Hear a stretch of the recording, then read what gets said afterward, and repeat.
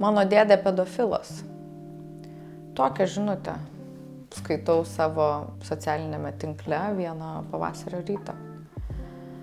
Toliau seka garso įrašai, kuriuose moteris bando papasakoti plačiau visą istoriją, bet jos pasakojimą nuolat nutraukia raudojimas.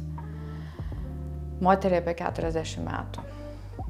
Statistika vaikų, kurie turi tokią patirtį, kurie patiria seksualinį smurtą, yra kraupi. 1 iš 5 vaikų ES patiria seksualinį smurtą. Apie pusę niekada niekam apie tai nepapasakoja. Tačiau net tie, kurie papasakoja, kaip štai ši moteris, jie nusivilia dažnai. Todėl, kad paaiškėja, kad teisingumo pasiekti jie nebegalės. Seksualiniams nusikaltimams prieš vaikus senatis yra 15 metų.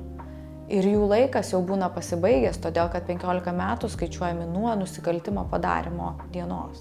Bet taip yra ne visur. Kai kuriuose šalyse vaikas turi visą gyvenimą, kad pasiektų teisingumą. Senaties tokiems nusikaltimams nėra išvis. Kitose šalyse į teismą gali kreiptis žmogus sulaukęs 50, 70, 90 metų. Taip yra todėl, kad aukoms reikia laiko. Reikia laiko sustiprėti psichologiškai, reikia laiko pradirbti trauminės patirtis, reikia laiko sustiprėti finansiškai. Labai dažnai nusikaltėlis yra labai artimos aplinkos žmogus. Nuo jo auka gali būti priklausoma ekonomiškai, finansiškai, vadinasi, reikia pabėgti, reikia turėti savo būstą, reikia išsikraustyti, reikia įsidarbinti. Visa tai užtrunka. Ir metų skaičius yra ganėtinai nemažas. Todėl Seime pateikiau projektą, kuris ilgina šitą senaties terminą. Pagaliau aukos turės pakankamai laiko, kad pasiektų teisingumą. Smurtautojai neliks nenubausti, kaip yra dabar. Na ir galbūt apsaugosime ateities aukas. Ir tai nėra vienintelis žingsnis, darome ir kitus. Kartu su kolegom registravome projektą, kuriuo siekiama, kad kiekviena mokykla, stovykla, darželis, bet kuri įstaiga, kurioje yra dirbama su vaikais, privalėtų tikrinti savo darbuotojų nusikaltimų istoriją.